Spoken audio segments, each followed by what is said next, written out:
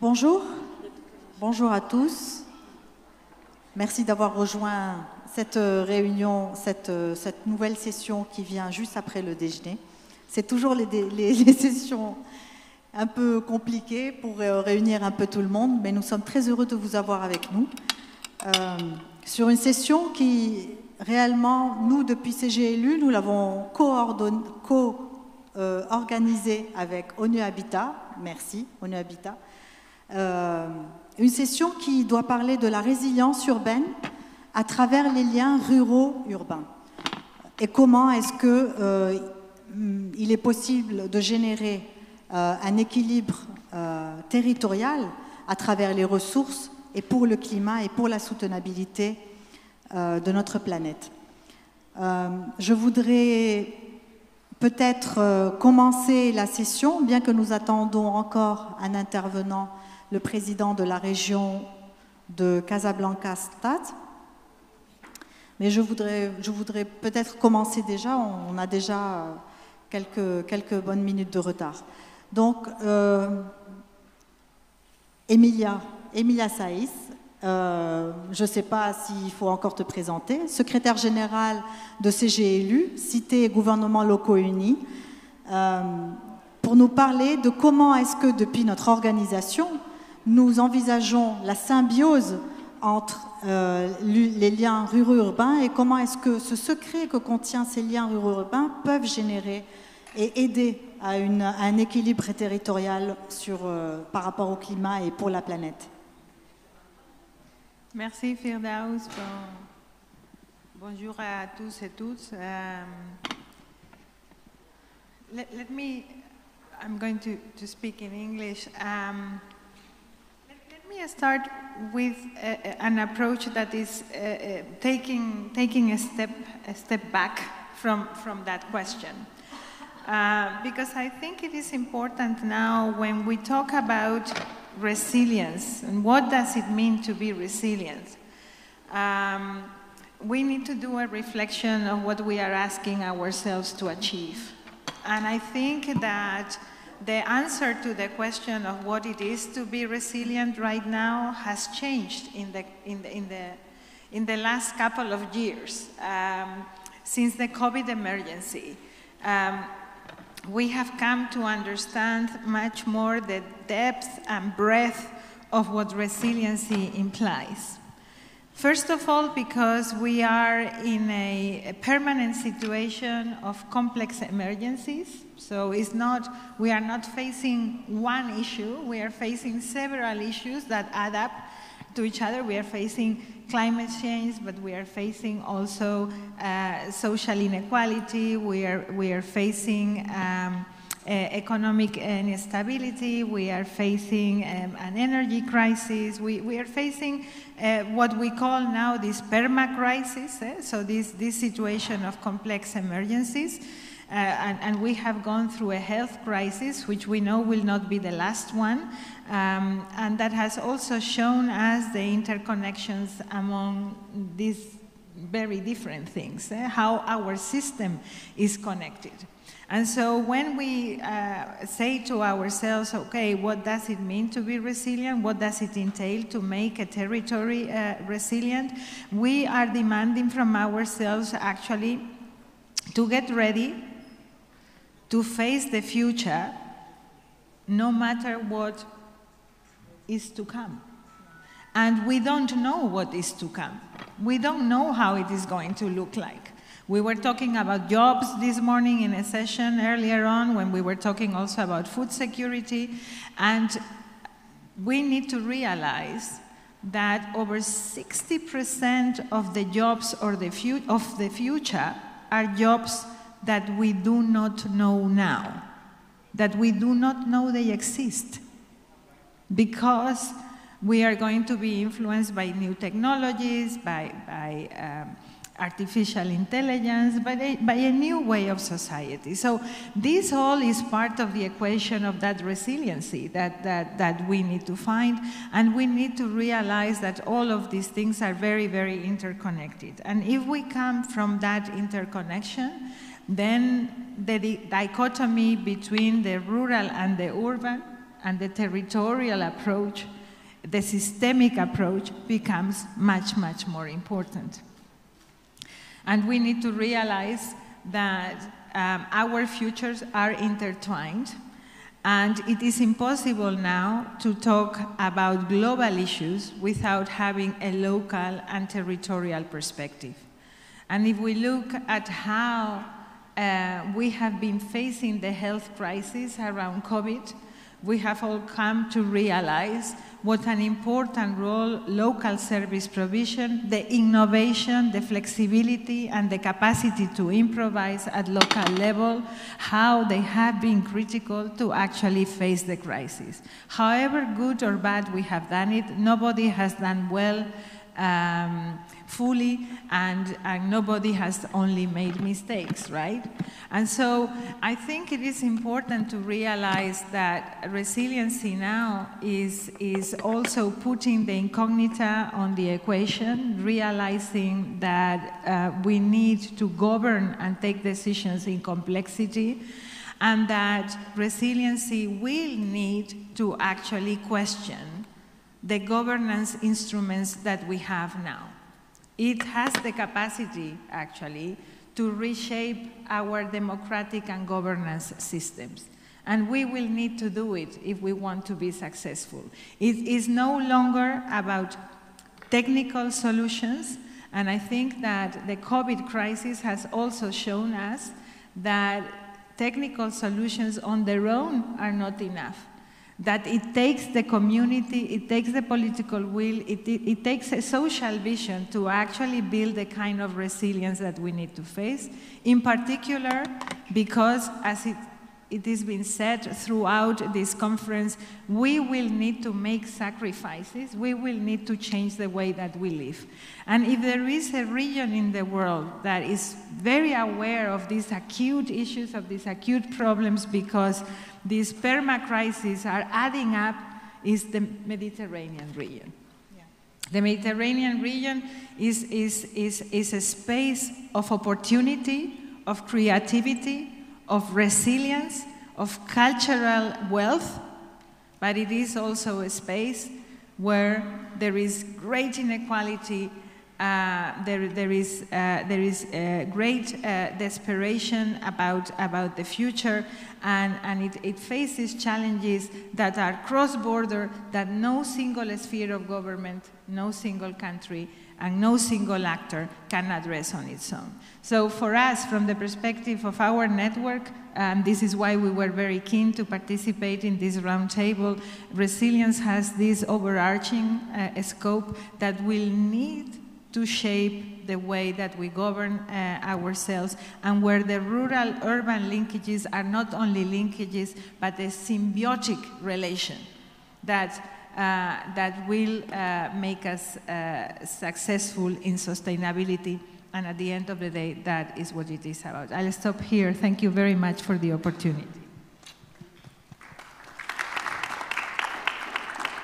Thank you, Emilia. Indeed, the governance is today key, not only in the cities where we are supporting and helping the local and regional governance to take the good decisions in front of facing their territories.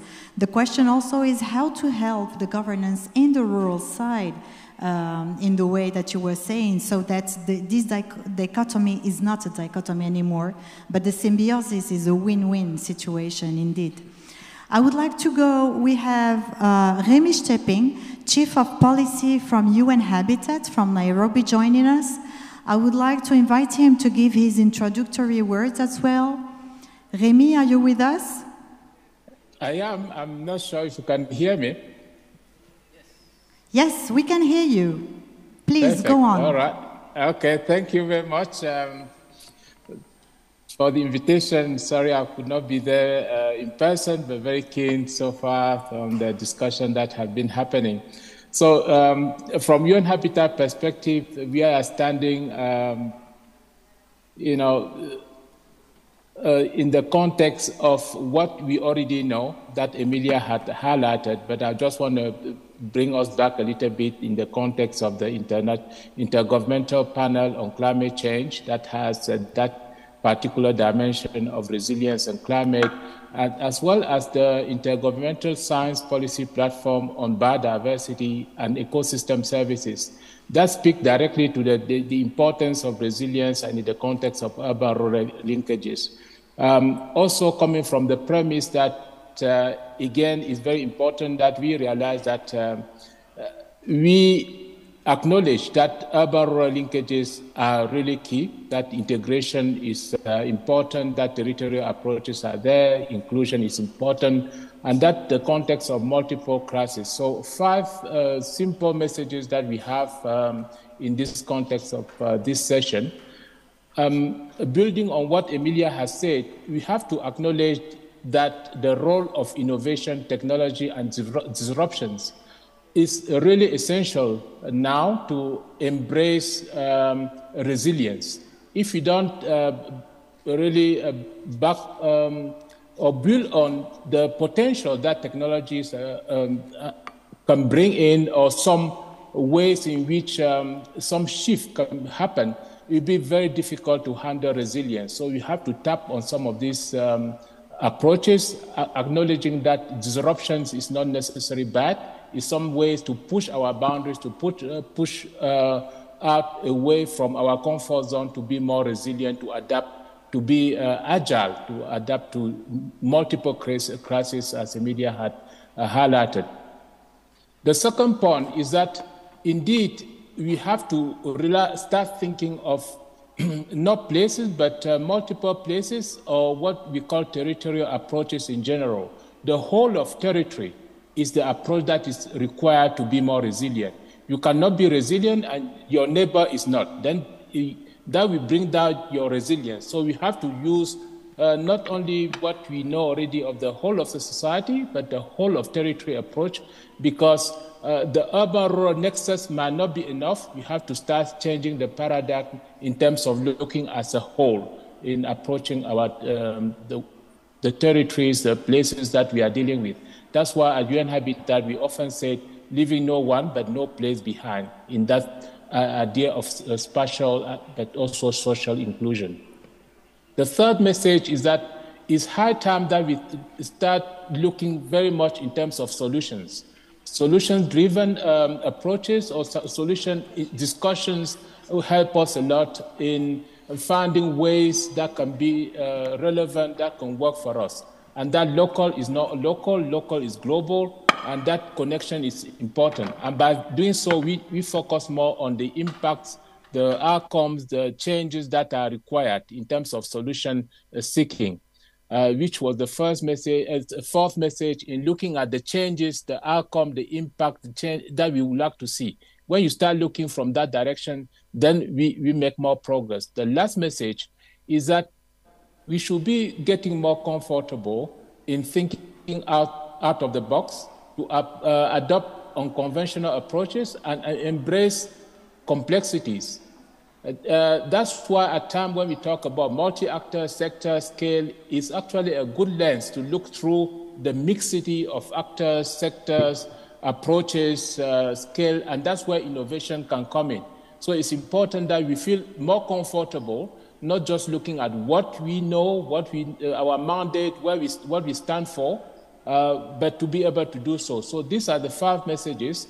At UN Habitat, I just want to say that as we support countries through advisory, technical assistance, and other instruments, we have to keep in mind that we are also working in various parts of the world to advance this particular area of resilience.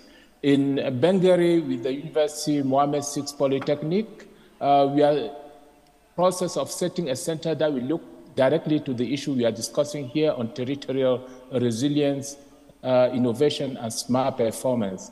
In Nairobi, University of Nairobi, we are just established a center on urban-rural linkages for Africa, just to say that there are some solutions, there are some platforms, spaces where this discussion, these solutions would be further discussed, explored, and made available. So let me stop here and thanking all of you that let's all together get out of our comfort zone, look for more solutions, embrace complexity. Thank you very much, Fergus, and look forward to further discussions. Over. Thank you, Remy. Always a pleasure to listen to the UN Habitat. Always a pleasure to hear the UN Habitat engagement and commitment with the rural-urban linkages. And as you know, we will be supportive from UCLG, this global partnership. Ahora me gustaría pasarle la palabra a nuestro enviado especial desde CGLU, desde gobiernos hay un eco.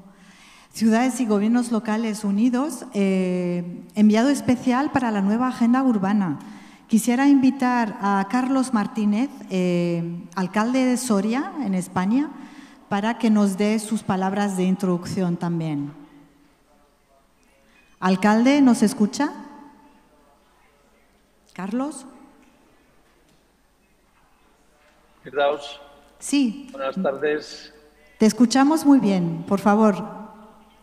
Muy bien, muy buenas tardes a todas y a todos.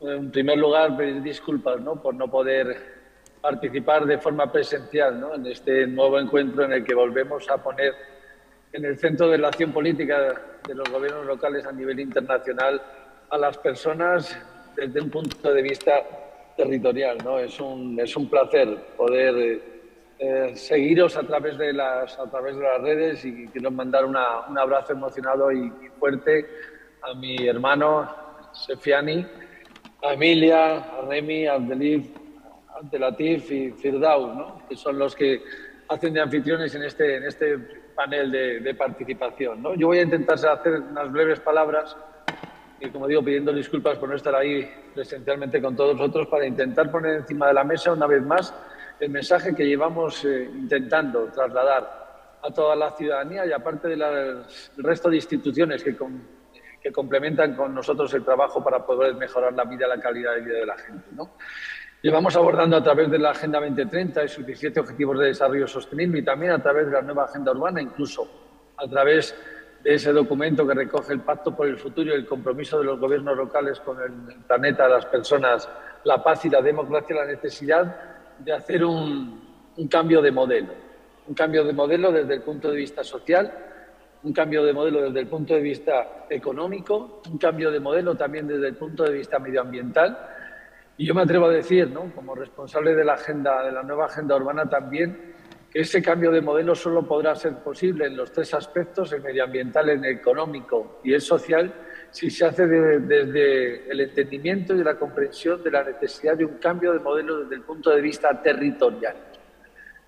El modelo de concentración de la población en torno a las grandes áreas urbanas y metropolitanas se está visualizando en todas las partes del planeta como un modelo absolutamente insostenible, en todos los parámetros, en el social, en el medioambiental y en el económico, que está profundizando y agravando los problemas de cambio climático, que está provocando problemas de pérdida de biodiversidad, de patrimonio histórico y de patrimonio natural. Y es ahí donde debemos visualizar la importancia que tienen las ciudades intermedias. Cuando hablamos de ese cambio de modelo territorial, cuando hablamos de la nueva agenda urbana, estamos hablando, sí, una parte importante de lo que es la planificación urbana en torno a las grandes áreas urbanas y metropolitanas. Esa ciudad 15 minutos. Pero si somos capaces de visualizar la escala que realmente acoge y comprende la nueva agenda urbana, tenemos que elevar la escala al territorio.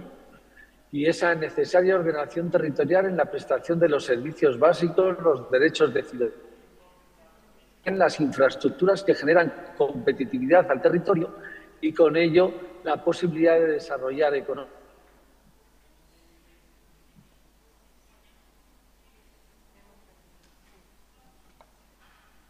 Una planificación en derechos, una planificación en servicios y una planificación en las infraestructuras que generan desarrollo, que bajo mi punto de vista son fundamentalmente infraestructuras eléctricas, infraestructuras logísticas, infraestructuras tecnológicas, infraestructuras viarias y ferroviarias, que sumado a las infraestructuras que tienen que dar la cobertura básica para garantizar los derechos de ciudadanía en torno a la sanidad, en torno a la educación, en torno a una adecuada cobertura social, nos tienen que permitir invertir el modelo de desarrollo, propiciando en torno a las ciudades pequeñas e intermedias esas zonas de influencia con las que tenemos que ser capaces de garantizar la supervivencia de los territorios y las personas que en ellos viven. Eso significa la agenda urbana y eso significa la apuesta que estamos permanentemente haciendo en torno a las ciudades intermedias. Y creo que hoy, una vez más, tenemos que profundizar la reflexión sobre todo ello para poder abordar esas estrategias definidas y consensuadas con el resto de administraciones, los distintos niveles de gobierno en los distintos países, que planifiquen esa inversión del modelo territorial que todos estamos persiguiendo y que nos hará ser mucho más sostenibles, mucho más eficientes en la prestación de los servicios básicos y mucho más eficientes en la lucha contra el cambio climático y el resto de problemas que compartimos todos a nivel internacional. Ese es el grandísimo reto que yo entiendo que tenemos encima de la mesa y ese es el que tenemos que combatir a través de ciudades y gobiernos locales unidos. Yo finalizo ya, ¿no?, despidiéndome, ¿no? Si me veis distorsionado es porque voy de viaje, ¿no? Voy con el cinturón de seguridad en un vehículo, ¿no?, de tránsito entre una ciudad y otra. No he podido estar ahí con vosotros porque nos pilla en pleno proceso electoral una vez más, pero he querido al menos compartir estos pequeños minutos para poder seguir escuchándoos y dialogando, ¿no?, que es la base fundamental de la búsqueda de los consensos con lo que se propician los grandes avances y transformación de las ciudades. Muchísimas gracias. Muchísimas gracias, querido alcalde. Sí, sí. Muchísimas gracias por tus palabras. Déjà ce matin, lors de la session sur les systèmes alimentaires, nous avons placé les villes intermédiaires au cœur de la soutenabilité de la résilience des territoires et pour l'autonomie des ressources des systèmes alimentaires. Et là encore, on voit les villes intermédiaires revenir comme un élément clé de ce dialogue rural-urbain et pour la résilience des territoires. Nous devions avoir le secrétaire général du ministère de l'habitat, de l'urbanisme et de l'aménagement et de la politique de la ville. Nous avons le plaisir d'avoir en son nom et en sa représentation Madame la directrice de l'aménagement du territoire, Madame Latefa Nahnahi. S'il vous plaît, Madame la directrice, expliquez-nous quelle est la vision depuis le ministère, depuis l'exemple du Maroc, sur la question des liens ruraux-urbains et des vulnérabilités que vivent les deux territoires. Les vulnérabilités sont souvent vues uniquement du côté rural, mais en réalité, elles sont des deux côtés dans ce dialogue. Expliquez-nous la vision que développe le ministère. Merci beaucoup, Firdaus. Tout d'abord, je vous transmets les excuses de Monsieur le secrétaire général parce qu'il a porté un grand intérêt pour être parmi nous. Madame la ministre aussi porte un grand intérêt pour ces débats et ils sont attentifs aux résultats parce que ça nous intéresse pour les intégrer dans notre réflexion, nos réflexions prospectives et aussi notre action à l'échelle des territoires. Je suis très ravie de le représenter et d'être parmi vous aujourd'hui. Alors en répondant à votre question, je crois, je vais essayer de la faire rapidement parce que 5, 6, 7 minutes, c'est très difficile de présenter toute la philosophie ou toute la logique avec laquelle aujourd'hui l'État travaille sur conçoit la nouvelle politique de l'aménagement du territoire pour répondre effectivement à tous les enjeux que vous avez évoqués, tous les enjeux qui ont été discutés, ça fait un bon moment, qui sont aujourd'hui objet de débat. C'est comment promouvoir la résilience à l'échelle des territoires, comment travailler sur les liens urbains-ruraux, parce que c'est l'avenir. Avant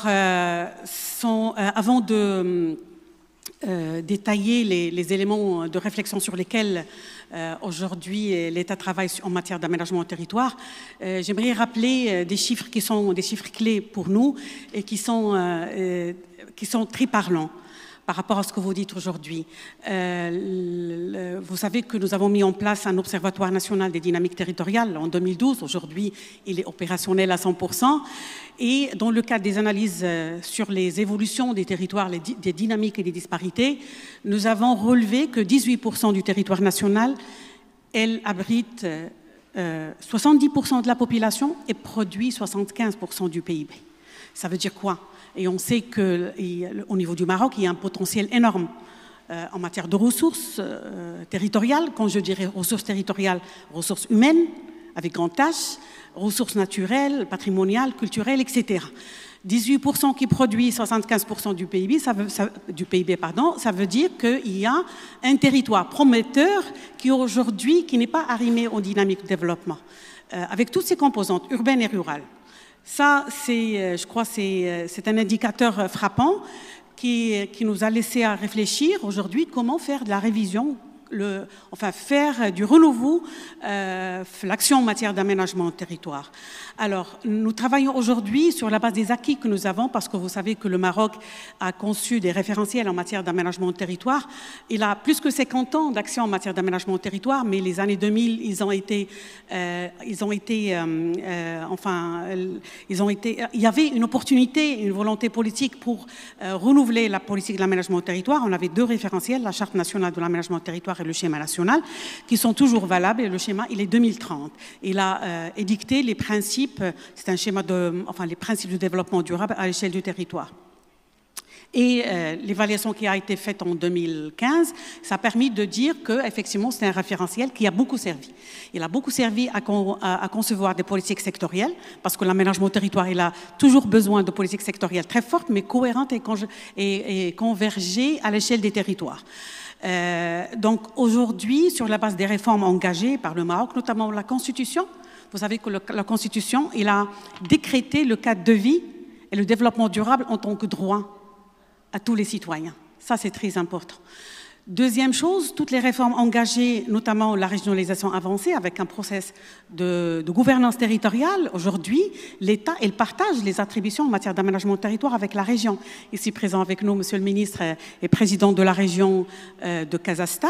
L'aménagement du territoire au niveau national, il est resté une attribution propre de l'État central, mais l'aménagement du territoire, la planification régionale et l'exécution, ça relève aujourd'hui des compétences propres des régions, mais bien sûr dans un cadre de consensus. Le consensus, la conception des documents de planification, mais aussi des orientations. Parce que nous, on est dans la logique que les territoires ne doivent pas subir le développement. Les territoires, ils doivent contribuer les dynamiques du développement et bien sûr en garantissant toute la cohérence et la régulation nationale. Et c'est un souci et un enjeu majeur de l'aménagement du territoire. Alors, nous travaillons sur un nouveau référentiel qui prend en considération tous les enjeux ou les soucis que vous avez exprimés. Aujourd'hui, un nouveau référentiel qui est basé sur de nouveaux paradigmes. Il a 2 objectifs. Premier objectif, c'est comment assurer la cohérence de l'action publique à l'échelle des territoires, c'est-à-dire comment éclairer les articulations entre les politiques sectorielles et les territoires. Deuxième chose, c'est comment encadrer les documents de planification stratégique, prospective, qui sont, comme j'ai dit, une attribution propre de la région. Il vise 3 perspectives, et 3 perspectives importantes. Comment éviter, parce qu'on parle de cadre de vie décent, on parle de développement durable, et quand on parle de développement durable, il faut atténuer les disparités. Donc, première perspective, c'est comment éviter les grands décrochages, avec des logiques de planification des services et des équipements à l'échelle de tout le territoire national. Comment promouvoir un développement différencié à l'échelle du territoire. Ça a été dit ce matin, le territoire national, il est diversifié avec des potentiels spécifiques partout.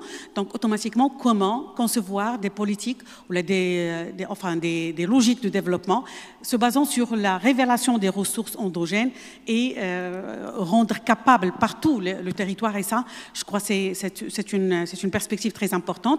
Troisième perspective, et ça rejoint ce que vous dites aujourd'hui par rapport au lien, c'est comment passer du lieu au lien, comment travailler sur les réseaux, comment consolider les liens au niveau des territoires et entre les territoires, et notamment entre l'urbain et le rural. Et c'est un référentiel qui marque le passage d'une logique de planification à une logique d'orientation. Aujourd'hui, l'État, il est dans un palier d'orientation et les régions sont dans une logique de planification. D'autres choses, c'est un référentiel qui promeut deux principaux principes ou la concept nouveau, c'est comment promouvoir à l'échelle du Maroc une économie humano-centrée. Ça veut dire quoi? Ça veut dire comment faire l'homme au centre de toutes les logiques de développement. Donc, homme avec grand H.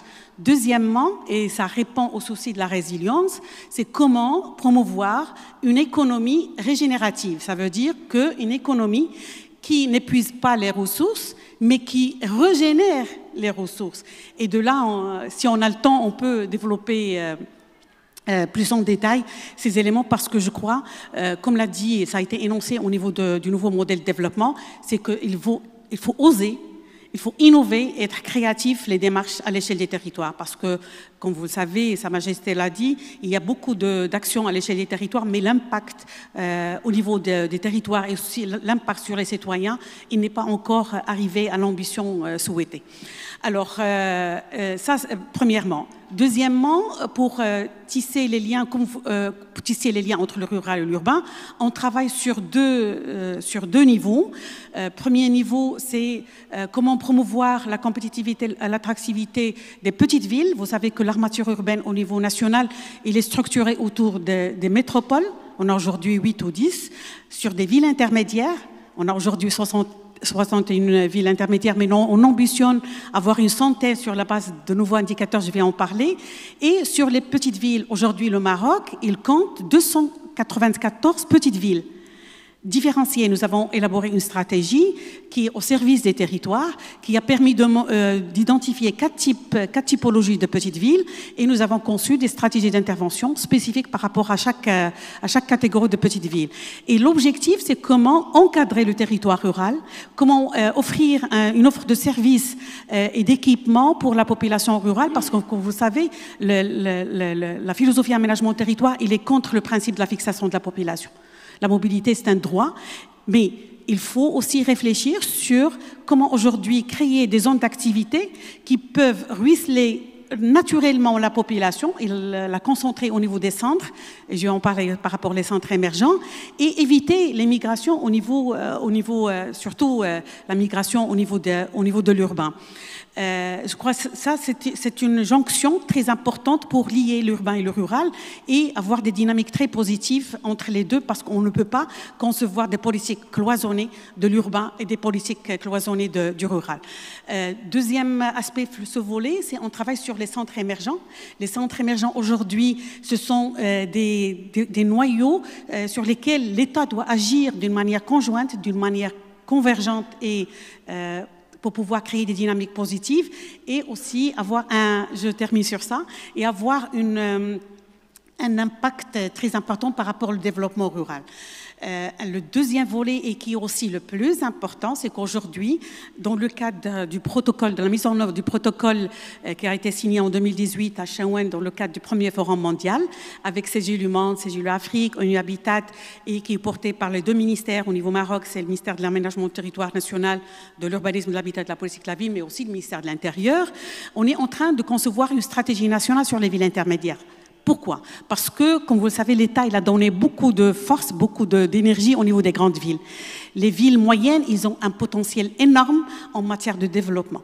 Aujourd'hui, la stratégie, elle vise à élaborer des mécanismes pour faire de ces villes des vraies structures de résilience à l'échelle du territoire national et des vrais moteurs de développement au niveau régional. Ils ont tout le potentiel pour être au diapason d'articulation ou de lien entre les métropoles et les villes intermédiaires, mais aussi entre les petites villes et le rural. Et je crois là, ce sont des vraies jonctions, des vrais liens pour rendre capable partout le territoire. Et nous ambitionnons aujourd'hui, on est une phase très avancée. On espère aussi penser à des mécanismes pour l'implémentation des ODD, parce que ce sont des structures aujourd'hui qui sont dispersées à l'échelle nationale et qui ont, comme j'ai dit, tout le potentiel pour implémenter les ODD et être des moteurs de résilience à l'échelle des territoires. Et je termine sur ça. Merci beaucoup, Firdaus. Je n'ai pas pu parler de la vulnérabilité, si vous me donnez quelques secondes. Rapidement. parce que c'est important aussi pour lier les jonctions, ou concevoir des liens très forts entre l'urbain et le rural. Aujourd'hui, le ministère, dans le cadre de l'Observatoire national des dynamiques territoriales, nous avons conçu un nouveau indicateur, un nouveau indice de vulnérabilité territoriale, qui est un indicateur, un indice multidimensionnel basé sur 14 indicateurs, sur 3 domaines: domaine socio-économique, domaine d'accès aux infrastructures et services et domaine géodémographique. Et nous avons constaté à l'échelle nationale que 281 collectivités, toutes rurales, ils présentent un indice très fort, 73 et plus. Donc aujourd'hui, le ministère, il travaille avec tout l'ensemble des acteurs concernés, avec les régions, avec les collectivités territoriales, avec les autorités locales et les départements ministériels, bien sûr en impliquant le privé et la société civile. C'est comment concevoir une nouvelle démarche basé sur les acquis, parce qu'aujourd'hui, le Maroc travaille sur beaucoup de programmes pour le SMIC territorial en matière d'accès aux services publics au niveau rural, mais comment aujourd'hui passer à un nouveau palier en matière de création de dynamique positive en matière économique, création de l'emploi, amélioration du cadre de vie. Et je crois que nous avons aujourd'hui l'action qui a été portée au niveau de 3 régions pilotes, et Inch'Allah, on a ambition de la généraliser dans les années à venir. Voilà, merci beaucoup. Désolée de prendre beaucoup de temps. Merci beaucoup. Merci beaucoup, Madame la Directrice, et merci d'avoir partagé cette vision qui nous vient de l'échelle nationale. Et cette vision cohérente, c'est une vision structurelle de tout ce qu'on peut discuter aujourd'hui. On peut parler des territoires, et nous sommes là pour parler des territoires. Cette MEDCOP est une MEDCOP des territoires. Cependant, avoir la vision nationale structurante et la vision qui accompagne ce que les territoires veulent développer, et non pas l'inverse, est clé. Nous suivons de très près depuis CGLU le travail, la stratégie que vous faites sur les vies intermédiaires, et je peux vous dire que c'est un exemple que nous portons dans le monde entier, comme étant un exemple qui vient des gouvernements locaux, des collectivités territoriales, vers le ministère, vers la gouvernance nationale, pour définir comment est-ce que les villes veulent implémenter les ODD. Et ça, pour nous, c'est très important. Donc, merci et félicitations encore. Bien, après ces paroles d'introduction, nous allons rentrer dans le vif du sujet. Je voudrais commencer avec M. Othman El Firdaus. Je devrais dire Monsieur le ministre. Vice-président pour la croissance de ABBA Technologies, qui va nous partager la vision de la soutenabilité sur la base de la technologie dans les villes, dans l'urbain. Je comprends bien? La parole est à vous.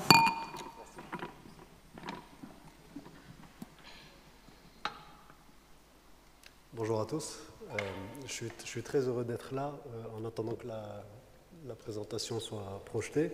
Ça va être très court, hein, j'ai une dizaine de slides. L'idée, c'est qu'on a évoqué la nécessité de faire face à l'incertitude. Et comment est-ce que vous faites face à l'incertitude? C'est en ayant des modèles prédictifs et en vous connaissant vous-même. Moi, j'interviens aujourd'hui au nom de ICT, qui est une des entreprises du groupe ABBA Technologies. C'est un groupe qui est spécialisé dans l'Internet des objets. Et pourquoi l'Internet des objets? C'est-à-dire de connecter les équipements. C'est simplement de pouvoir remonter de la donnée et à partir de cette donnée, de faire de l'intelligence artificielle pour faire des modèles prédictifs, pour mieux comprendre l'environnement dans lequel on vit et peut-être expérimenter des choses nouvelles. Alors, je vais essayer de vous montrer rapidement 4 cas d'usage qui peuvent être immédiatement déployés. Je rappelle que ICT, c'est une entreprise maroco-marocaine. Hein, on est basé au Technoparc à Casablanca. Et nous existons depuis à peu près 2014. Donc l'idée, c'est vraiment d'intégrer toutes les technologies dans cette vision qui est de dire, si on poursuit des objectifs de développement durable, il faut quand même les piloter par la donnée. Si on les pilote par des grands principes, des livres blancs et des vœux pieux, ça ne va pas fonctionner. Par contre, si jamais on se met dans le cadre qu'a défini l'Organisation mondiale de la santé, par exemple, sur une approche holistique de l'environnement, des enjeux sanitaires et de la santé animale, là on se rend compte qu'en fait nous ne sommes rien d'autre qu'une partie de cette biosphère. Et vous voyez sur ce schéma que en fait, les impacts climatiques et environnementaux ont aussi des impacts sur la santé humaine, sur la santé animale, donc sur l'alimentation humaine et donc sur le bien-être qui est le principal objectif du développement durable. Donc, et vous voyez que pour chacun de ces enjeux, vous avez un certain nombre de capteurs qui peuvent être mis en place. Quand vous dites que les températures extrêmes peuvent créer des événements violents, peuvent créer des canicules, donc des problématiques de surmortalité, des problématiques de blessures quand vous avez des tempêtes et que vous prenez une branche d'arbre sur la figure, ou quand vous avez des maladies qui sont transmises par des maladies vectorielles, hein, donc transmises par des moustiques, par des insectes, etc. Et que les changements climatiques font que la population de ces insectes ou de ces vecteurs qui transmettent ces maladies explose, vous vous rendez compte qu'en fait, que traiter les problèmes du strict point de vue du climat et de l'environnement n'est absolument pas suffisant. C'est même une vision que j'allais qualifier d'hémiplégique, qui ne prend pas en compte la moitié ou les 2/3 de la réalité. Et pour chacun de ces enjeux, vous pouvez mettre en place des systèmes que j'appellerais des systèmes cyberphysiques, où vous allez mesurer les flux de personnes, de mouvements sur votre territoire pour remonter, pour vous faire une idée informationnelle.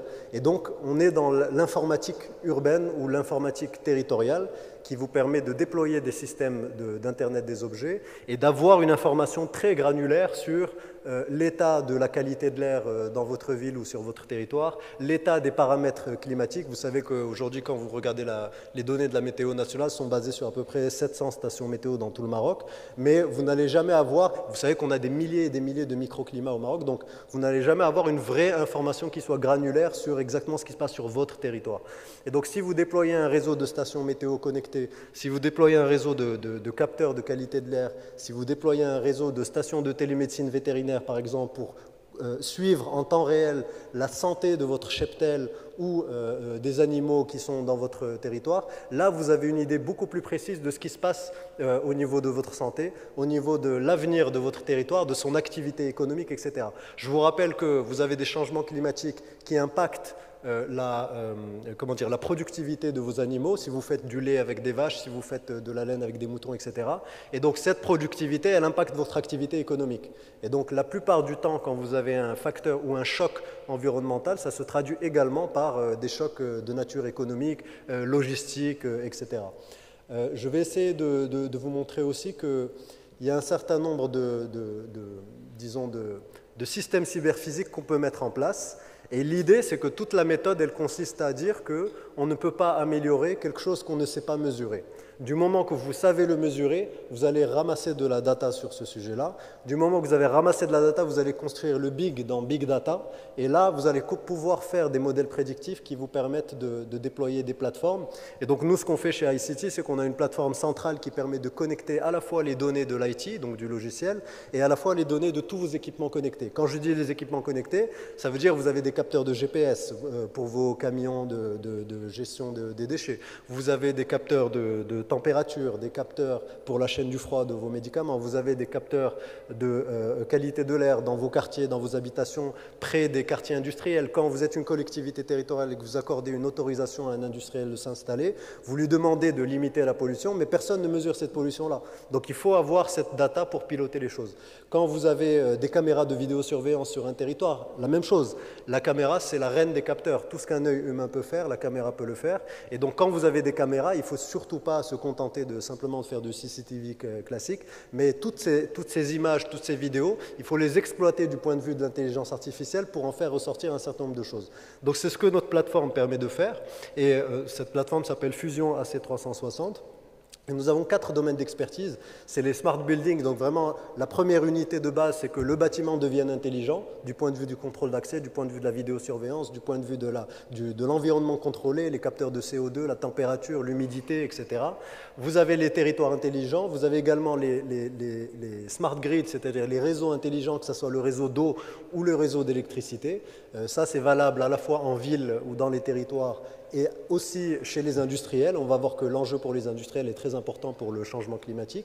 Et vous avez également l'agritech, c'est-à-dire que la suite logique, c'est qu'il faut s'occuper des animaux de ferme, il faut s'occuper de votre capacité agricole pour nourrir les gens. Vous savez qu'on respire et qu'on mange la plupart de nos maladies. Et donc, cet enjeu du changement climatique, il a aussi un impact sur le fait de mettre l'humain au centre de ce système. Donc je vais aller très rapidement. En fait, on essaie d'intégrer toutes ces données au sein du même hyperviseur. L'hyperviseur, c'est une plateforme qui permet de centraliser la supervision de tous les aspects de la gestion de la ville, que ce soit de la sécurité, que ce soit de la gestion des déchets, que ce soit de la mobilité, de la ponctualité des transports publics, que ce soit de la santé des citoyens.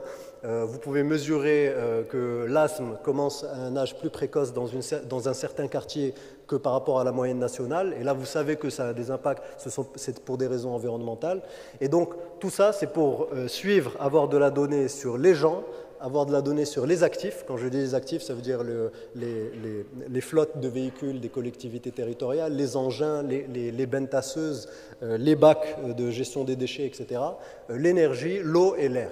Et une fois que vous avez mis tout ça dans le même bac et que toute la data arrive dans votre plateforme, là, vous allez pouvoir combiner les différentes technologies pour pouvoir faire des modèles prédictifs qui sont très utiles et qui vous permettent de mesurer en temps réel votre progrès dans l'accomplissement de ces objectifs du développement durable que l'Organisation des Nations Unies a développés.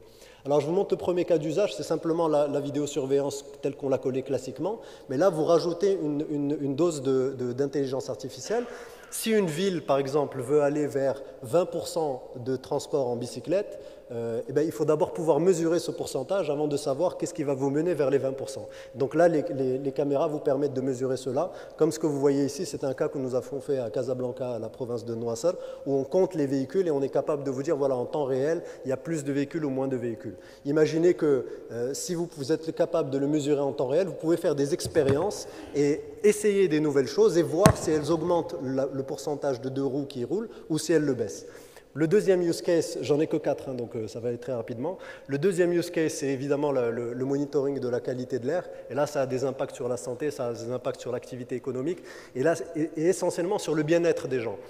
Quand vous pouvez mesurer la qualité de l'air avec une très grande granularité, vous pouvez prévenir les citoyens. Vous pouvez faire des messages d'alerte avancés. Vous pouvez prévenir que demain, il faut qu'on fasse de la circulation alternée parce que les asthmatiques vont avoir du mal à aller à l'école. Vous pouvez prévenir les écoles pour qu'elles ferment dans certains quartiers, pas toute la ville.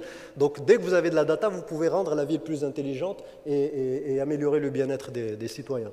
Le troisième use case, pour aller très vite, c'est le suivi dynamique de la consommation d'eau et de la consommation d'électricité. Ça, c'est un besoin qu'on retrouve beaucoup chez les collectivités territoriales au Maroc, parce que vous savez que la consommation d'électricité pèse entre 30 et 40% du budget de toutes les collectivités territoriales. Donc, l'enjeu de maîtriser la consommation de carburant, la consommation d'électricité dans les bâtiments publics, la consommation d'eau, les camions-citernes, vous savez que l'eau est devenue un sujet vraiment de l'heure. Donc là, vous avez des systèmes qui permettent de tout ramener dans la même plateforme et de pouvoir suivre ces choses-là en temps réel. Et je termine par ce cas d'usage très intéressant, et je pense que ça va ouvrir parce que on est aussi dans un cadre méditerranéen et donc qui ouvre sur les institutions de l'Union européenne. Vous savez que l'Union européenne a mis en place l'ajustement carbone aux frontières, qui est un euphémisme bureaucratique pour ne pas dire une taxe carbone. Mais l'idée, c'est qu'une fois que vous voulez taxer des marchandises qui entrent sur le territoire de l'Union européenne, il faut que vos industriels soient capables de mesurer le contenu en carbone et en CO2 des produits qu'ils produisent. Et donc là, vous avez des systèmes que nous faisons. Nous avons une filiale qui est dans l'industrie 4.0, qui permet de connecter non seulement les usines, mais aussi les chaînes, la supply chain et la chaîne d'approvisionnement de ces usines pour bien calculer le contenu en carbone de vos produits. Et donc, vous voyez, c'est vraiment une approche holistique de la gestion du développement durable et de la transition climatique. Là, vous avez un aperçu sur le tableau de bord. Et donc, je vous remercie pour votre attention. Merci. Beaucoup, Monsieur El Fidaous.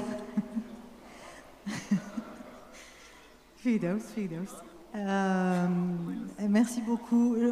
Ce que je trouve le plus intéressant de cette approche, c'est qu'elle peut permettre à terme des interventions d'acupuncture dans le territoire. Donc, je pense que ça pourrait aussi bien s'appliquer dans le rural, dans l'urbain, comme vous l'avez présenté, que dans le rural, et encore de manière acupuncturelle. Donc, vraiment, ça peut être quelque chose de très intéressant. Je voudrais maintenant passer à une invitée spéciale que nous avons de la Jordanie. Madame Rania est membre du conseil de la ville de Amman, en représentation du maire de Amman, et nous sommes très honorés d'avoir la Jordanie parmi nous. Marhaban, Rania, the floor is yours.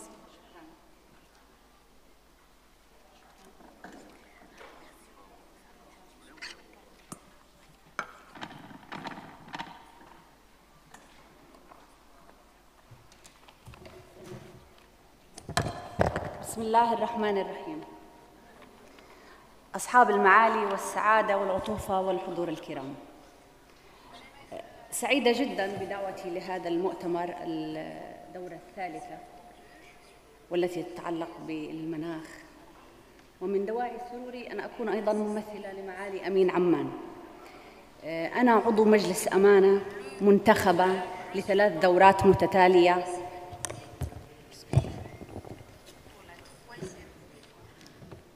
كنت قد نجحت في مجلس 2013 إلى 2017 ومن 2017 إلى 2021 ومن 2022 إلى 2026.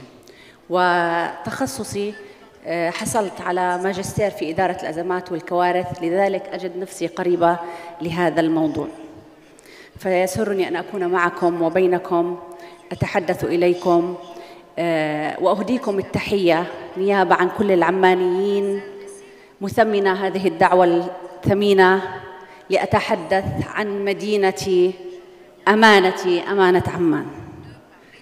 تعتبر مدينة عمان من أكثر المدن ازدهاراً في الشرق الأوسط، وهي المركز السياسي والثقافي والتجاري للأردن وقوته الاقتصادية، كما أنها موطن لما يزيد عن 4 ملايين نسمة، ما يشكل حوالي 42% من إجمالي سكان الأردن. وتحتل هذه العاصمة عمقاً ومكانة هامة عالمية بين المدن التي حافظت على الأصالة والعراقة والتاريخ في منطقة الشرق الأوسط، إذ تضم في جنباتها العديد من المتاحف والأماكن الأثرية والتاريخية ذات الفن المعماري المميز والممتد من العصور القديمة وحتى العصر الحديث. لكن مدينة عمان تواجه العديد من التحديات قد أثرت في مرحلة ما على النمو الاقتصادي والحضري لهذه المدينة ولقاطنها، لكن ذلك لم يمنع أمانة عمان من بذل كافة الجهود ضمن طبعاً إمكانياتها بالتعاون وبدعم مستمر من الشركاء لتعزيز قدراتها كمدينة منعة مستدامة قابلة للحياة. ونظراً للتغيرات التي شهدتها مدينة عمان على مستوى العمل البلدي والحضري، فقد اقتضت الحاجة إلى إعادة النظر في التخطيط الاستراتيجي وإدماج أهداف التنمية المستدامة في السياسات والاستراتيجيات في أمانة عمان، والذي أوجب على أمانة عمان إصدار خطط استراتيجية وخطط تنفيذية تعمل على تحسين وتطوير المدينة بشكل مستمر.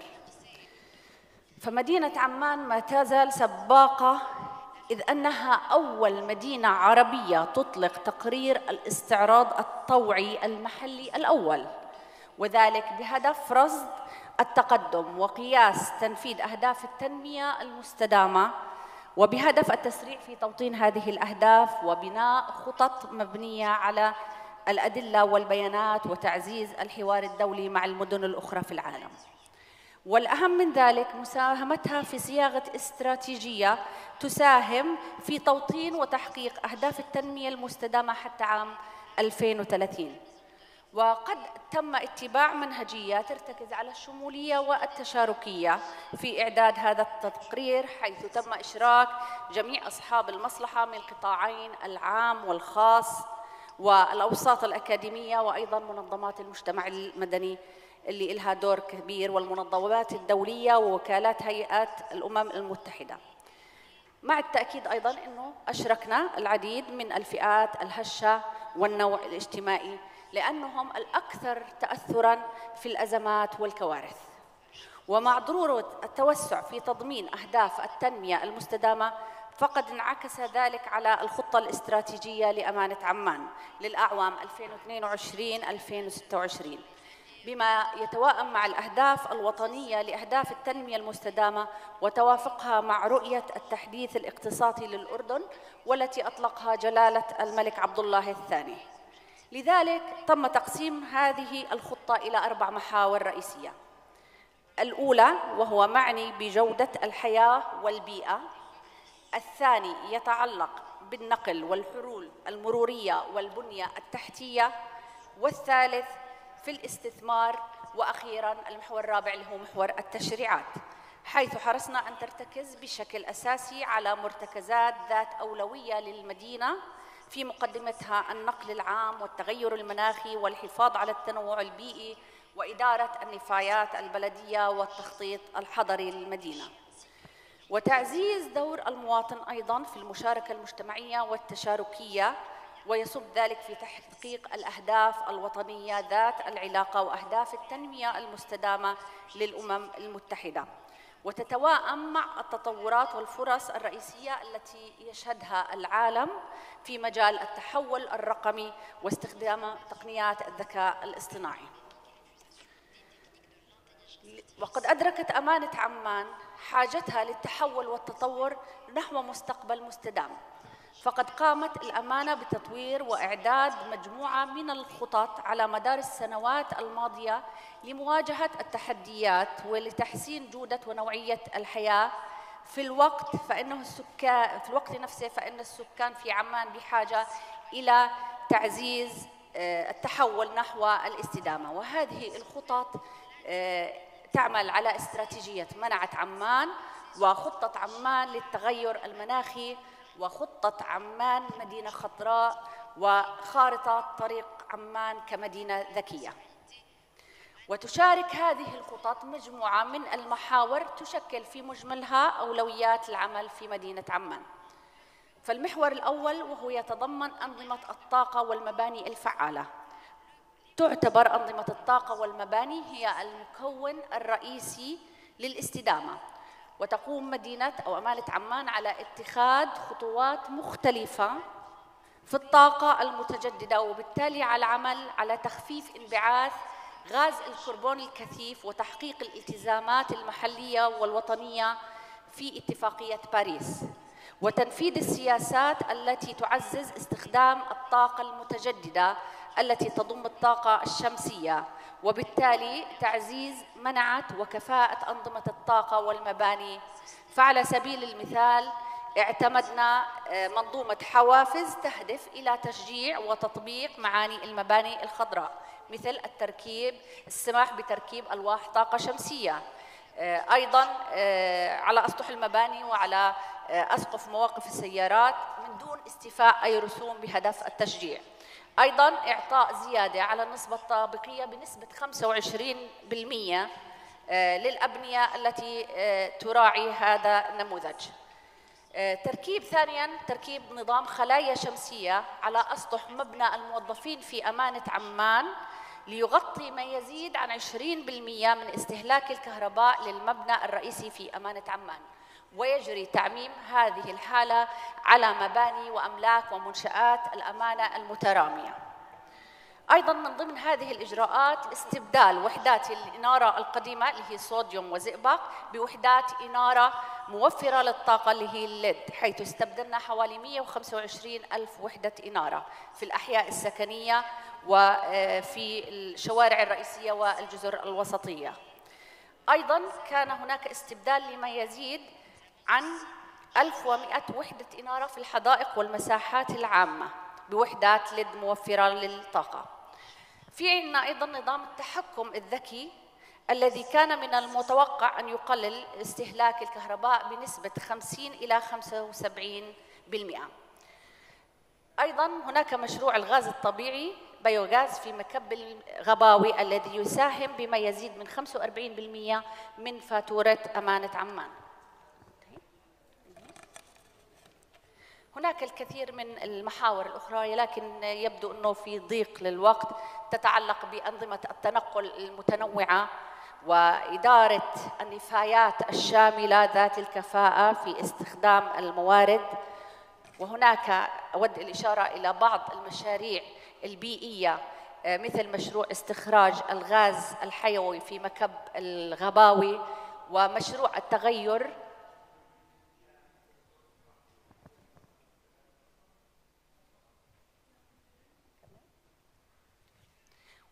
التغير المناخي والاقتصاد الدائري والإدارة المتكاملة لموارد المياه. وأيضاً هناك التخطيط الشامل والفعال لاستخدامات الأراضي في أمانة عمان.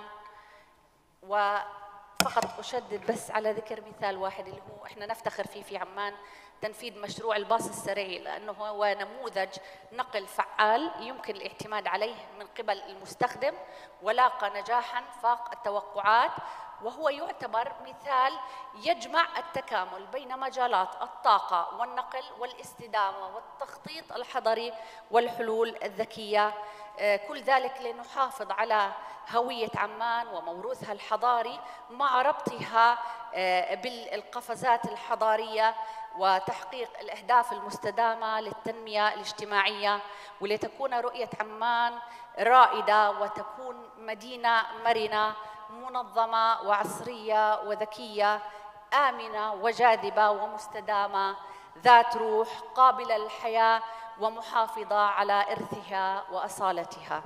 أشكر حسن استماعكم وأرجو أن لا أكون قد أطلت، والسلام عليكم ورحمة الله.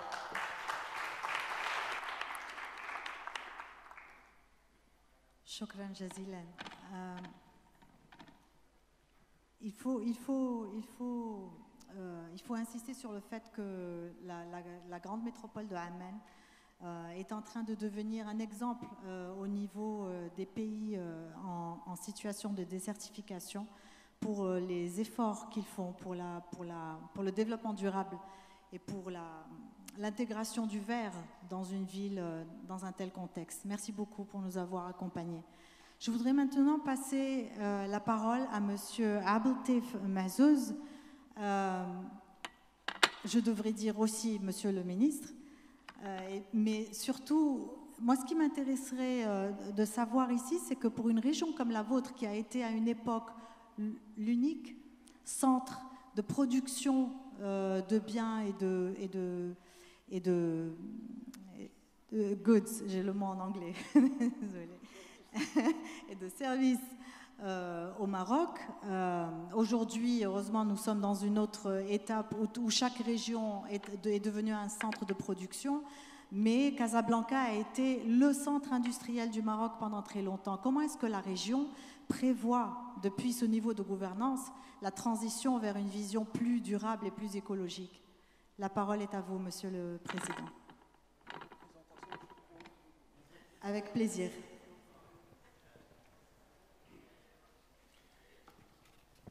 Bismillahirrahmanirrahim.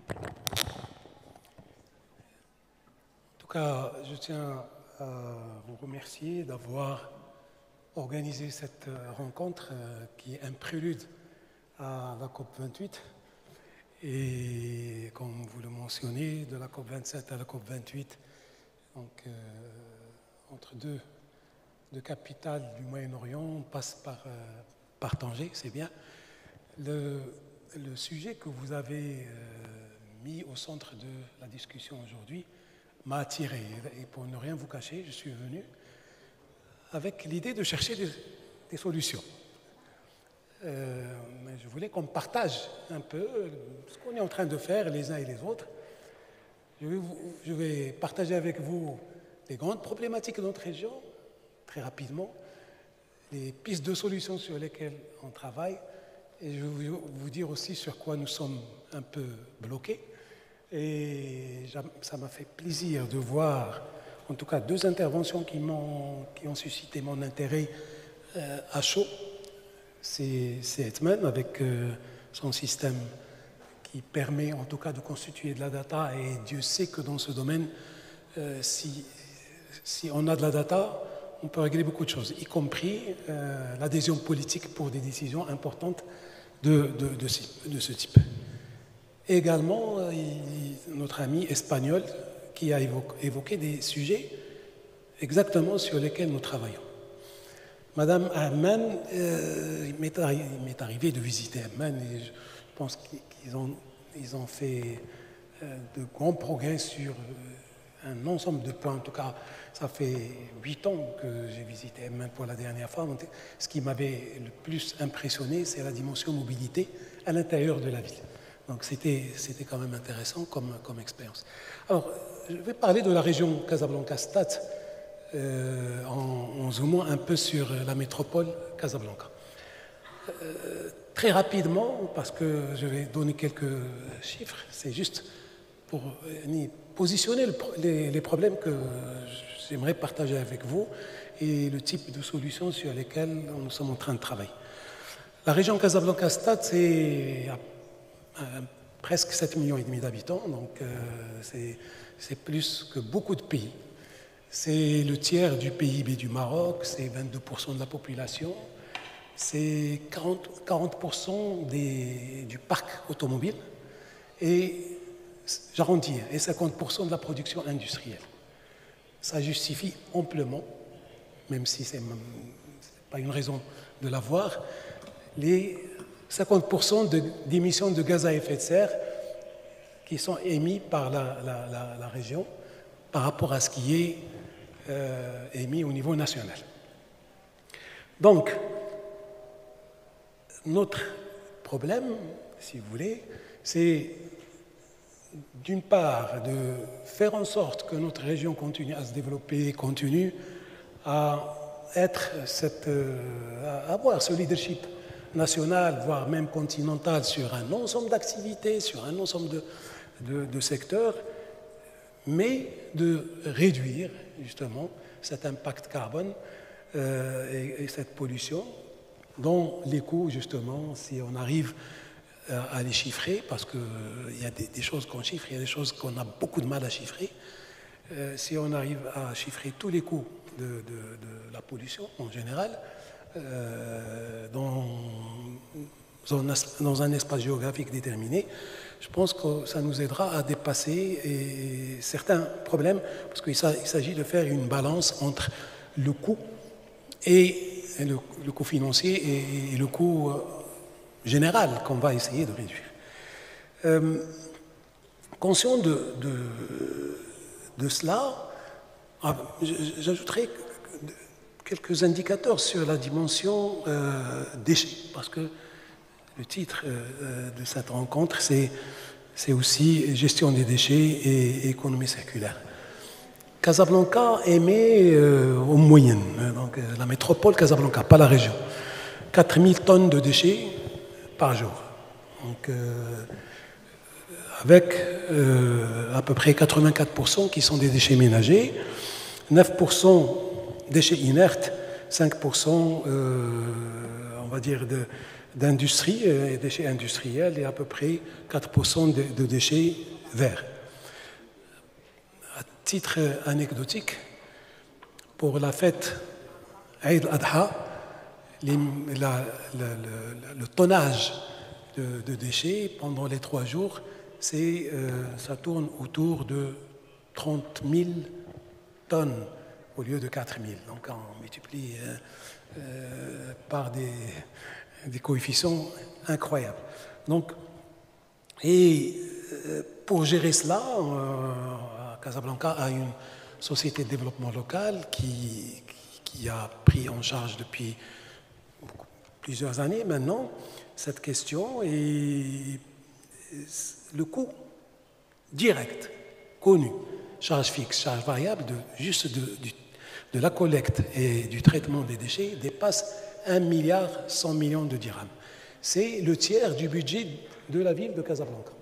Donc, imaginez si on pouvait réduire ce coût de 50%, qu'est-ce qu'on va gagner, qu'est-ce qu'on peut mettre en face comme projet de développement de la ville, que ce soit dans la mobilité ou dans l'éclairage, les espaces verts, la culture, etc. Donc, c'est ces éléments-là qu'il faut mettre en balance. Alors donc, conscient de ces éléments, la région a cette prérogative qui lui est donnée par le législateur, qui est une prérogative de s'occuper un peu des questions environnementales. Et donc, on a voulu exercer cette prérogative. En entrant un peu dans des sujets comme la question des déchets, mais pas que. La question de l'eau est très importante. La question de la mobilité est très importante. Elle est importante parce que d'abord, et ça a été cité par les intervenants, ça règle beaucoup de problèmes, y compris celui de l'emploi. Mais si on s'intéresse à la mobilité, et je vous dis que à la région de Casablanca, on est à 40% du parc automobile national, c'est-à-dire on est à peu près 1 700 000 véhicules, et que nos prévisions, je reviens à la data, montrent que si on ne fait rien, aujourd'hui le transport individuel représente 50% de la mobilité à l'intérieur de la région, intracommunal. Si on ne fait rien, il va passer à 70%. Et donc imaginez qu'est-ce que ça va donner en termes de besoins en route, d'émissions de gaz à effet de serre et de toute la complexité du transport individuel. Donc l'idée est d'aller attaquer, j'allais dire entre guillemets, le transport individuel en envisageant, et donc là j'essaie de partager avec vous une première piste de solution, à développer le transport collectif. D'autant plus qu'on a fait une enquête et que chez le citoyen casablancais, cette fois-ci, il a cité on a fait une enquête de grande envergure, il a cité 2 grandes préoccupations. La première, c'est la mobilité, la deuxième, c'est la propreté, et donc la question des déchets, qui dépasse de loin les autres préoccupations qu'on peut imaginer ou dont on peut parler. Donc ça veut dire qu'il faut régler, si on veut servir le citoyen, il faut s'attaquer en priorité à ces questions-là. Surtout que dans beaucoup de points, ils sont en relation. Donc, et là, on est en train de travailler sur un plan de mobilité ferroviaire, donc, qui est censé contribuer, donc c'est avoir le ferroviaire comme épine dorsale du transport à l'intérieur de la région, mais aussi à l'intérieur de la métropole casablancaise, en le complétant par des transports publics donc à forte dimension numérique, comme les bus, quand je dis ferroviaire, ça inclut aussi le tram, donc avec une interconnexion multimodalité, et aller vers le grand taxi. En fait, il faut que les transports publics se mettent en commun pour, j'allais dire, vaincre le transport individuel. L'idée est que d'ici 2035, on maintienne 50%. Et éviter d'arriver à 70% ou 75% si on ne fait rien. Donc, c'est réduire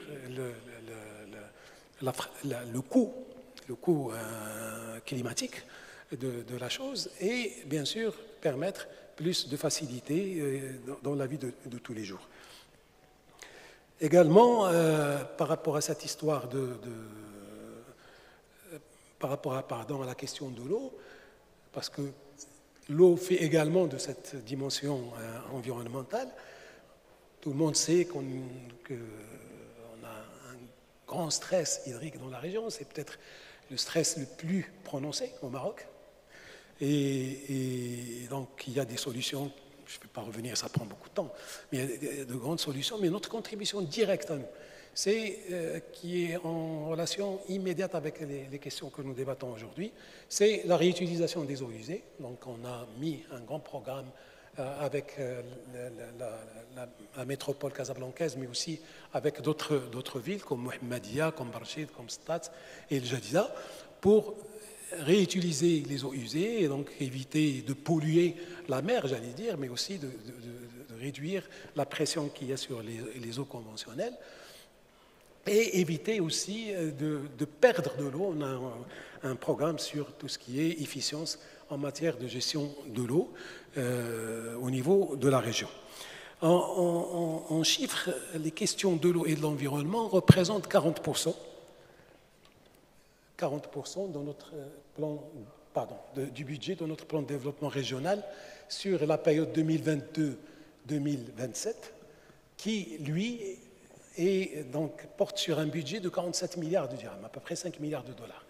Donc, c'est vous dire qu'il y a une forte conscience par rapport à cette question, qu'on a mis les moyens, que nous avons commencé à mettre en place quelques solutions. On est bloqué sur un sujet. Et c'est là où j'ai envie qu'on débatte un petit peu. C'est la question de gestion des déchets. Quelle technologie, quelle méthode? On a essayé de voir à droite et à gauche. Il y a la question du coût. Et très rapidement, cette question du coût sort parce qu'on passe d'un traitement à peu près de 180 dirhams la tonne si on reste dans les techniques actuelles, à quelque chose qui dépasse les 300 dirhams la tonne si on va vers le zéro déchet, on s'achemine vers le zéro déchet. Donc, quand je veux convaincre, moi, le politique, que cet investissement vaut la peine, je n'ai pas les données. Je peux les dire, Seidman disait, ça ne suffit pas d'avoir des livres blancs et des discours, le chiffre est plus convaincant. Et ces chiffres n'existent pas. Donc la data est très, très, très importante pour la gestion de ces choses-là. Pour y contribuer, et je terminerai très rapidement là-dessus, nous avons, nous, investi dans des points d'observation de la pollution dans la région. Donc c'est relever un petit peu les degrés d'observation. Donc ça serait intéressant justement de récupérer un peu la data et de l'intégrer dans une data globale. Donc on a discuté avec des spécialistes, qu'est-ce qu'on peut faire pour cette question de gestion des déchets. Et même on a cherché des benchmarks entre l'incinération totale et l'enfouissement tel qu'il se fait aujourd'hui. Il y a certainement des solutions intermédiaires soutenables au niveau financier qu'on n'a pas encore identifiées jusqu'à aujourd'hui. Donc on prépare on a préparé un cahier de charge, on va faire un appel à manifestation d'intérêt pour voir quelles seront les solutions proposées pour essayer de trouver celles qui conviendraient le plus. Mais je vous assure qu'aujourd'hui, je suis venu avec l'envie de rencontrer des gens qui ont vécu une expérience, qui ont des choses à partager avec nous. D'ailleurs, les 5 minutes que j'ai eu de retard, c'était un peu en discutant ce sujet-là avec des partenaires à côté. Je vous remercie.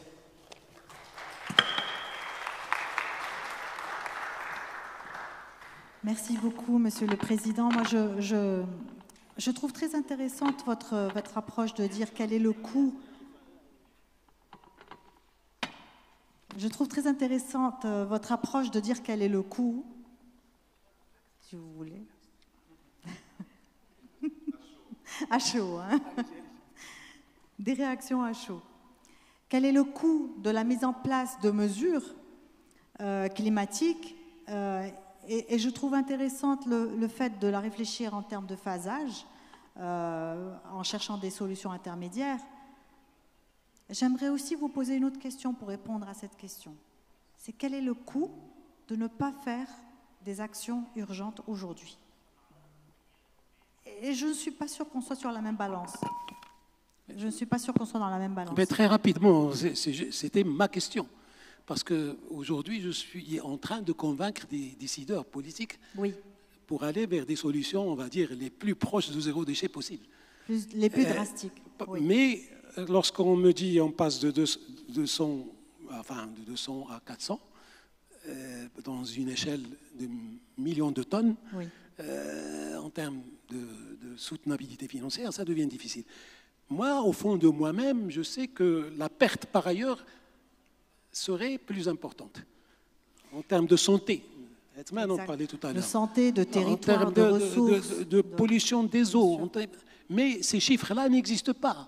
Le chiffre parle mieux que les phrases. Donc c'est là où la solution de Edman m'intéresse beaucoup. Vous parliez de la COP au début. La COP, nous sommes en train d'étudier ce qu'on appelle les pertes et dommages et on est en train de mettre des coûts dessus.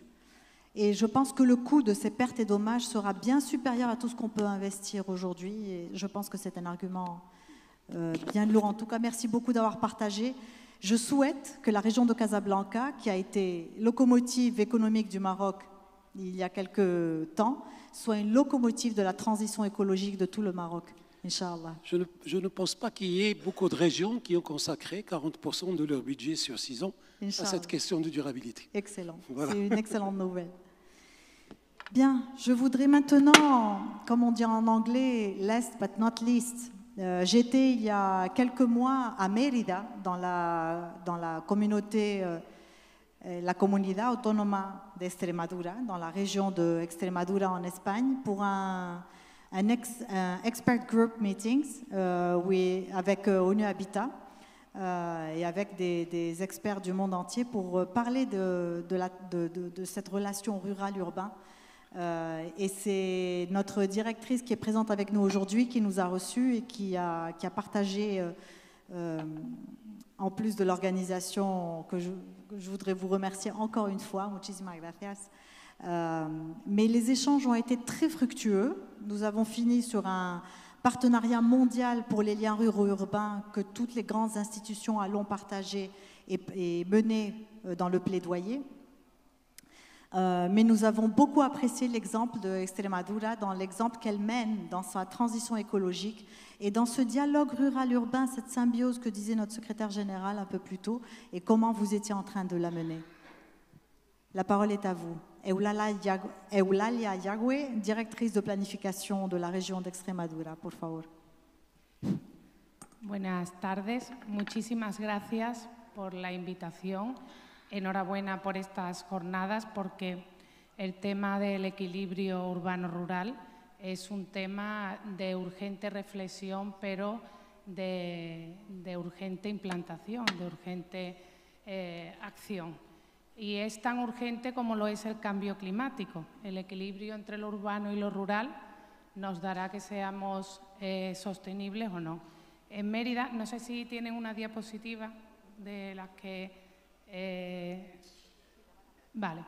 En Mérida, como bien han dicho, hicimos un manifiesto, un llamamiento urgente, porque cuando hablamos de la nueva agenda urbana, el primer axioma que vemos es que el 70% de la población en el año 2050 se concentrará en las grandes ciudades.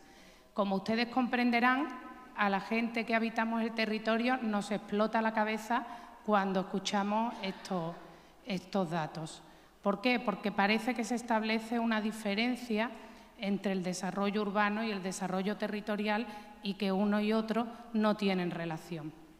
Y es muy urgente y es muy importante que disminuyamos esta brecha porque si pasan las diapositivas, como hemos estado viendo a lo largo del día de hoy, las ciudades no son sostenibles. Es blanquear el decir que se puede hacer un desarrollo urbano sostenible en ciudades que tienen 4, 5, 6 millones de habitantes. Hay ciudades de las que salen 1 millón de habitantes todos los días a trabajar y entran 1 millón de habitantes todos los días a trabajar. Y luego son las responsables de la emisión del 70% de los gases con efecto invernadero. No se trata de un enfrentamiento, se trata de disminuir esa brecha que existe,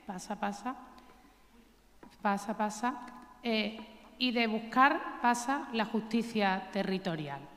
¿Qué es el territorio? Pues eso que resta de las ciudades al territorio. Como bien ha dicho la responsable de la Federación de Municipios esta mañana, en España, esta es una diapositiva importante, que es lo que las áreas rurales le dan a las áreas urbanas, le dan el medio ambiente, le dan el agua, le dan la alimentación y, por último, le dan la población. Y este éxodo puede provocar que ese equilibrio deje de darse. ¿Qué es lo que las áreas urbanas le están dando a las áreas rurales? Las áreas urbanas le están dando el reciclaje, ese metabolismo imposible de las ciudades, lo que van generando, y lo que es más importante, y tenemos que tener mucho, mucho cuidado, es leyes impositivas que desconocen la realidad del territorio. Lo urbano idealiza el territorio, que no lo conoce, lo idealiza y quiere un paisaje perfecto y quiere una agricultura perfecta. Cuando estamos pensando en un huerto urbano no demuestra lo que es la realidad agrícola que está en el territorio. Ni siquiera un parque urbano demuestra la realidad del desarrollo paisajístico del territorio. O cuando tenemos un parque alguien lo ha desbrozado, ha quitado la maleza y ha quitado todo lo que puede provocar incendios y lo que puede provocar que ese parque se deteriore. Pasa, porfa. Estas son una de las soluciones. Pasa. Esta es la ciudad de Madrid, pero podría ser cualquier otra ciudad si fuera autosuficiente. En vez de la Plaza de España, sería la Placa de España con paneles solares, una central nuclear, un cementerio nuclear, tendría en un parque tendría las vacas, tendría animales y podría ser autosuficiente. No lo es una diapositiva provocadora. El equilibrio hay que buscarlo de forma positiva. Ahora mismo nosotros en Extremadura, y ya voy terminando, estamos asistiendo a una revolución verde industrial, y es que aquello que nos hacía vulnerables, que era que teníamos mucho territorio y mucho sol y pocas personas, ahora, gracias a la transición energética, nos hace altamente competitivos. Las empresas se están instalando en Extremadura porque pueden conectarse íntegramente a la energía fotovoltaica. Extremadura está produciendo el 20% de la energía fotovoltaica que se produce en España en estos momentos. Con lo cual, eso que nos hacía vulnerables, ahora nos hace competitivos. De ahí vendrá también de la mano el hidrógeno verde, que es, como todos sabemos, el futuro. Algunas otras cuestiones, como embellecer lo rural. El otro día se hizo una ópera en un municipio de 2.000 habitantes de Extremadura. Una ópera participativa a la que fueron 900 personas que venían de grandes ciudades y de pequeñas. No tenemos que obviar que tenemos que ser bellos.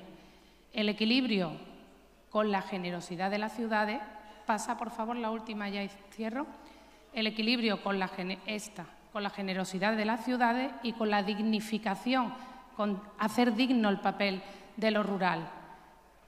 No podemos blanquear, no podemos decir que ciudades grandes pueden seguir creciendo de forma sostenible, porque no es verdad, y lo que tenemos que hacer es parar el crecimiento de esas ciudades que además están haciendo las emisiones, y devolver o volver a la gente al territorio para que ese territorio que da alimentos, que da la energía, que da el agua a las grandes ciudades, no deje de ser insostenible. Muchas gracias.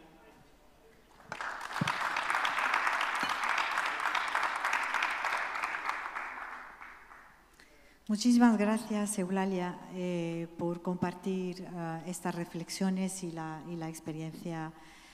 Pero me gustaría hacerte otra pregunta de lo que vi ahí y que aún no has dicho aquí. Y me parece importante para lo que estamos diciendo aquí. Es un poco cómo estabais coordinando las acciones y políticas desde las ciudades para el rural y desde rural para las ciudades. Y eso lo vi. Me gustaría que lo comentaras en un minuto, por favor. Vale.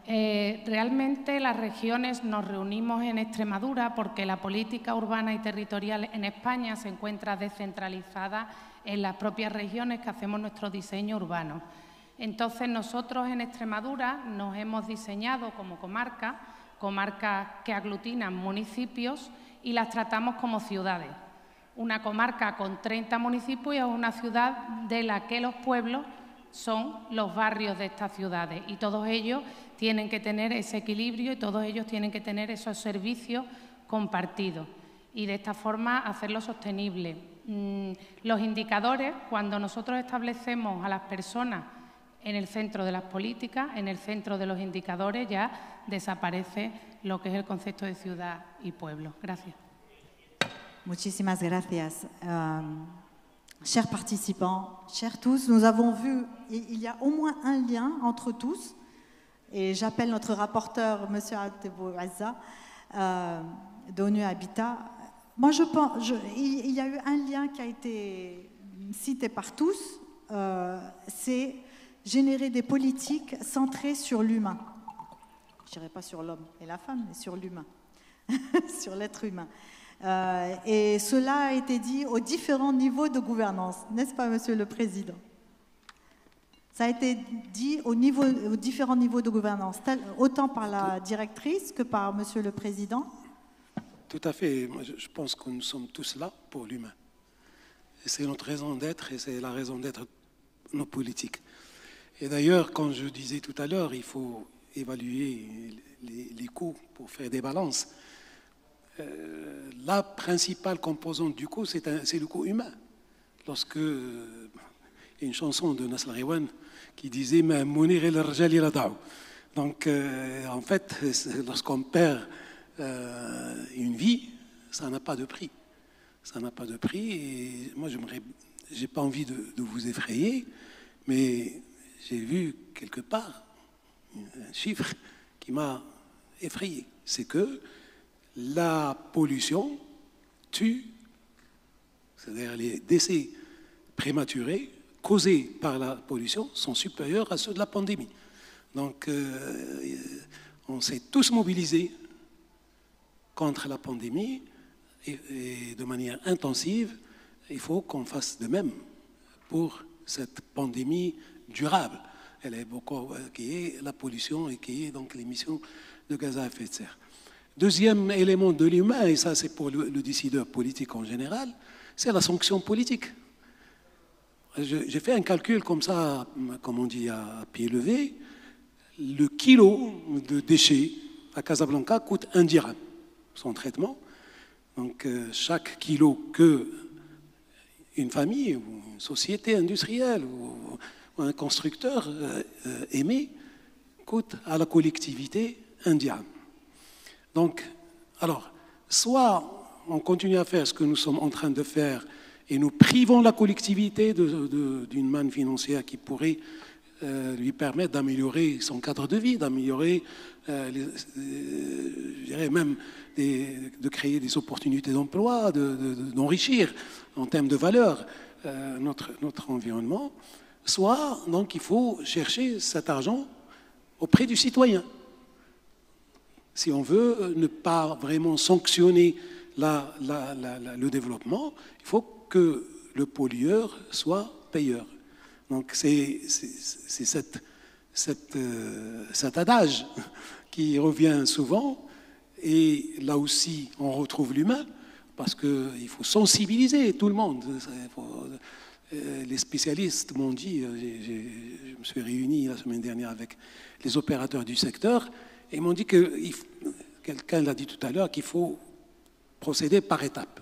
Effectivement, il faut procéder par étapes. Il faut aller vers les grands émetteurs et leur demander de payer. Et ça réduira déjà le coût. Et je pense qu'ils vont émettre un peu moins. Et instaurer des systèmes d'exploitation, de recyclage, d'économie circulaire, de ceci. Dans l'humain également, je n'ai pas cité un chiffre, c'est le nombre de chiffonniers, des personnes qui travaillent aujourd'hui dans ce qu'on peut appeler l'écosystème des déchets. Ces personnes ont droit à un travail digne, un travail propre, un travail qui préserve leur dignité et leur santé. Donc si on n'organise pas, si on ne met pas en place un vrai système professionnel, industriel, entre guillemets, bien organisé de traitement des déchets, ben, ce type de métier va continuer à évoluer comme ça, avec tous les dégâts humains qu'il peut provoquer. Voilà la notion de l'humain, à mon avis, il faut l'avoir dans toute la chaîne de valeur et essayer de trouver le moyen de lui donner une valeur. C'est comme ça qu'on peut mesurer le coût de la non-décision.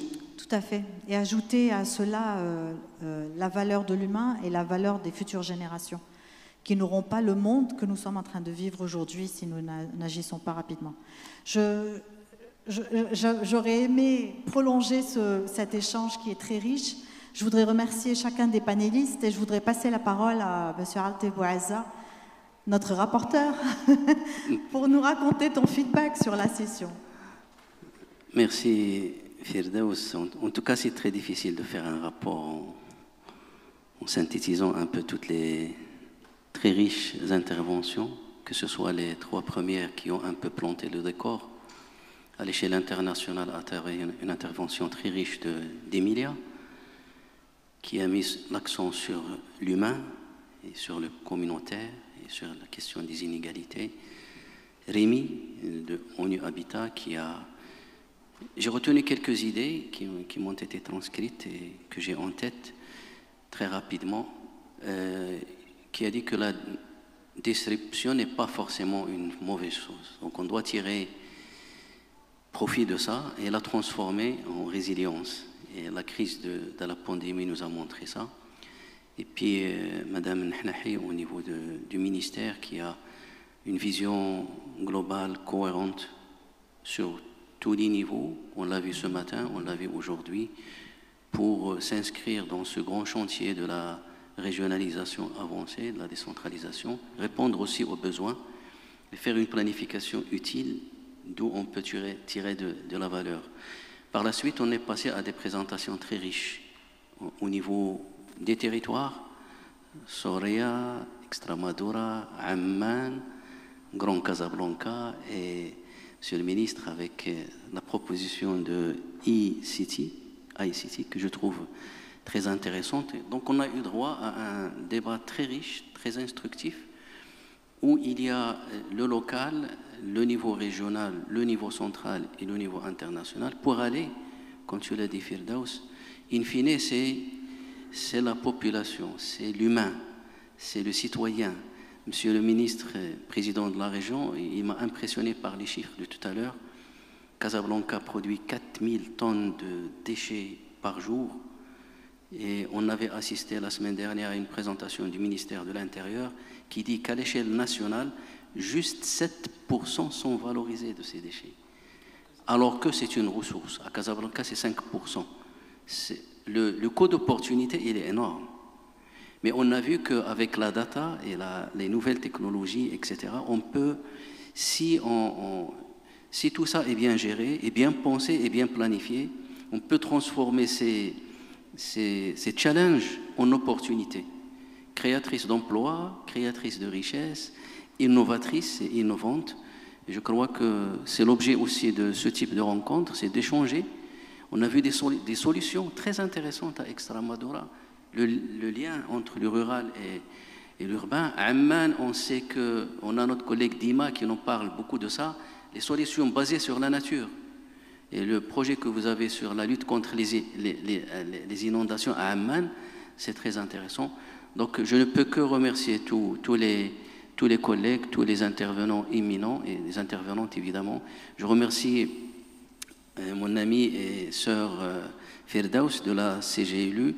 On est très ravis de travailler ensemble et on était ravis de préparer ce hub ensemble et cette session, et j'espère que ce n'est qu'un début d'une coopération fructueuse, Inch'Allah. Merci beaucoup à vous tous. Merci.